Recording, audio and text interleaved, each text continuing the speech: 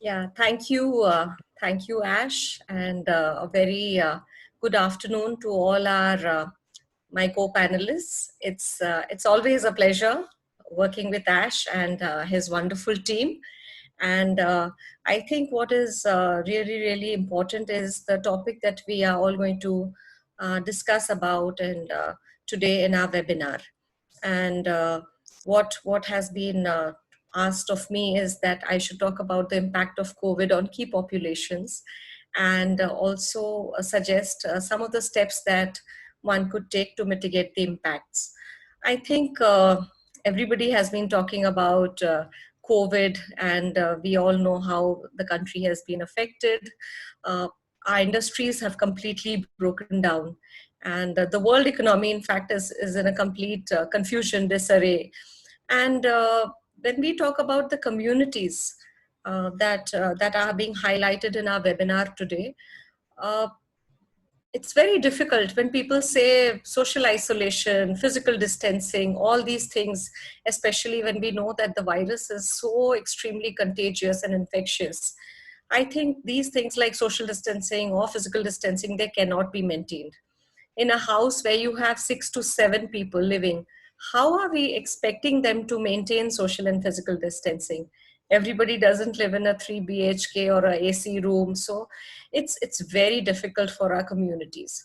When we talk about migrant workers, we have seen in our television about the plight that our migrant workers have gone through.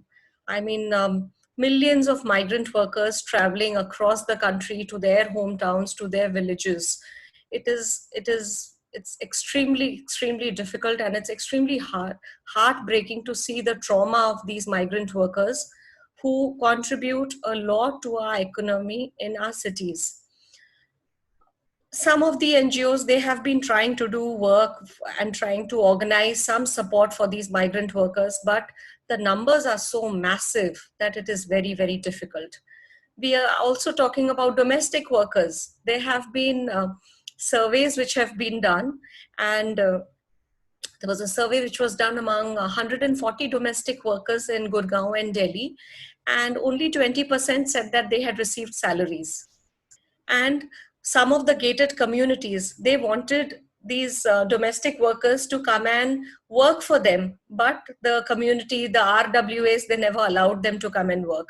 So right now these domestic workers are also trying to organize themselves, have their own manifesto of demands to ensure that the owners, I mean the rich and the middle class people, they think that some of these domestic maids and servants, they will get the infections, but they don't travel abroad. They have their own hygiene. So it is right now empowering these domestic workers and ensuring that they demand of their owners, their masters, that they use precautions. There have been studies which have been done in 200 gram panchayats, and where migrant workers, uh, 30 uh, 30% of the migrant workers said that they don't want to go back to Mumbai and Delhi, because they are hopeful. They are saying that we would rather work in our villages, and we don't want to go back. We have already seen the assessment, the review of the FGDs that the Center for Human Progress has done, where you have interviews, where you have focus group discussions with some of the people from the LGBT community, with sex workers, with truckers, with migrants. So everywhere there is a very big issue. So we have been hearing about it. And I think also to add to the confusion, media, which is considered as a very important pillar of our democracy, they have been further dividing people. There's so much of wrong information, there is so much of false information that is happening. I think it is, what is really important is that we together we find out solutions which are doable, which are feasible, and which may sound optimistic, but at the same time they have to be realistic. We have to be very about that. Some of the ideas and suggestions that come to my mind when we are talking about key populations, especially, and I've had this discussion with Ash and his team before, I think is very important when we talk about alliances and partnerships. I think there is great power in partnerships, whether it is with NGOs, whether it is with community-based organizations, whether it is with the government. I think those alliances and partnerships would be very, very vital. And it is easy to say that, okay, have partnerships, have alliances, but is the community, are the communities that we're talking about, do they have the capacity, do they have the means, the knowledge to reach out and develop these alliances and partnerships? If we want to say that, okay, it's a line ministry for social justice and empowerment, if we are expecting somebody from the transgender community, or if we want somebody to access a woman who's into sex work, to access some schemes which are being implemented by the Ministry of Women and Child, does she have the information? Does she have the know-how of how do I reach out to these ministries? How do I know? Also, I think there has to be greater collaboration between all these different community members. There has to be greater information sharing. We have to have, I don't know how we are going to do it, but consider, like, I think it's a wonderful thing, Ash, that the communities have reached out to you, that they have shared about their concerns with you. And now how do we respond collaboratively? Because this is not this is not normal.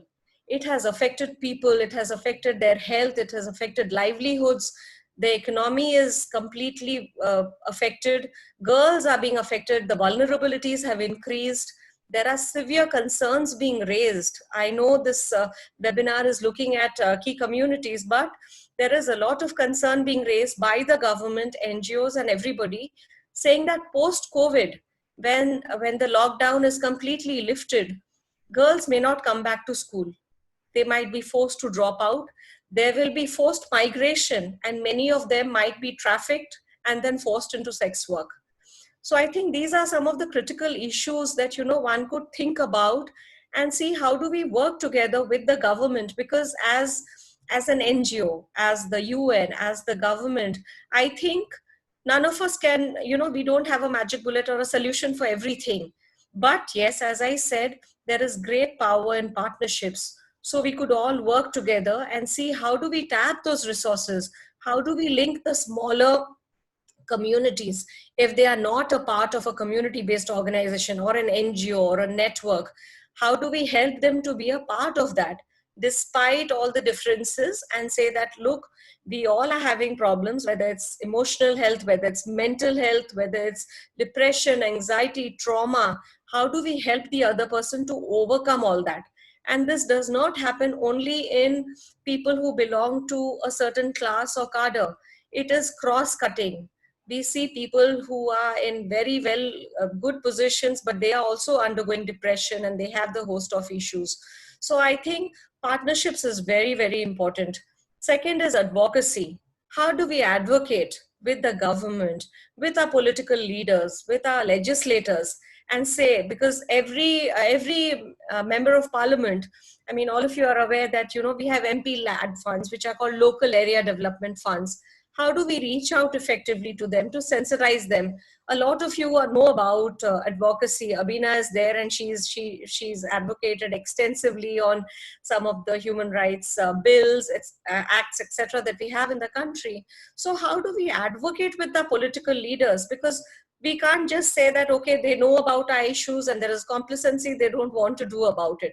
How do we advocate with our bureaucrats? How do we advocate with our policymakers?